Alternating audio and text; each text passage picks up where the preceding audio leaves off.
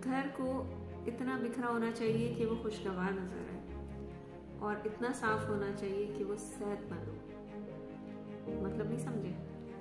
समझाती हूँ। घर में सफाई इतनी ही रखें जितनी ज़रूरी लगती है। आपके घर में बच्चे हैं अल्हम्दुलिल्लाह, आप उनकी परवरिश कर रहे हैं, तो थोड़ा बहुत घर तो गंदा होगा ही। आपके घर में अगर ट्रेंडी दीवारें नहीं हैं, मैचिंग के सोफे नहीं हैं, तो इसका ये मतलब नहीं है कि आप आजकल के ट्रेंड से मैच नहीं हो रहे। आपके कपड़े, अगर एक कुर्सी होती है जैसे कपड़ों वाली, उसके ऊपर बिखरे रखे हुए हैं तय करने के लिए, तो ये भी एक नॉर्मल सी चीज़ है, तय हो ही जाते हैं, रोज़ करते हैं। लेकिन खसूसी तौर पे उसी दिन कोई ना कोई आ जाए, अगर इस तरह का जब आपने सेटअप किया हुआ कि मैं थोड़ी देर बाद तय करूँगी, तो कोई आ जाए तो इसमें कोई नाराज़गी वाली बात नहीं है।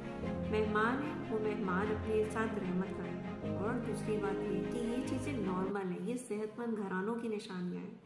इस बात की टेंशन लेना छोड़ दें कि ये सब फैलावा है, बच्चों ने फैला दिया, यूं कर दिया, मैं तो कितना समझाती हूँ।